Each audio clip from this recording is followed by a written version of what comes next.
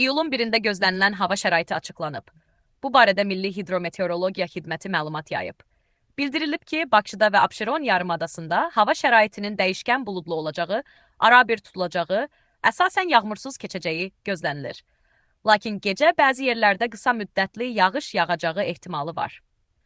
Şimal-qərb küləyi əsəcək. Havanın temperaturu gecəcə 18-21 dərəcə isti, gündüz 26-31 dərəcə isti olacaq. Atmosfer təzyiqi 760 mm civə sütunu, nisbi rütubət isə gecə 65-70%, gündüz 40-45% təşkil edəcək. Azərbaycanın rayonlarında bəzi yerlərdə arabir yağış yağacağı gözlənilir. Ayrı-ayrı yerlərdə intensiv olacağı, şimşək çaxacağı, dolu düşəcəyi, gecə yağıntıların bəzi yerlərdə güclənəcəyi ehtimalı var. Axşama doğru əksər rayonlarda yağıntılar tədricən kəsiləcək. Gecə və səhər bəzi dağlıq ərazilərdə duman olacaq. Mülayim şərq küləyi bəzi yerlərdə arabir güclənəcək.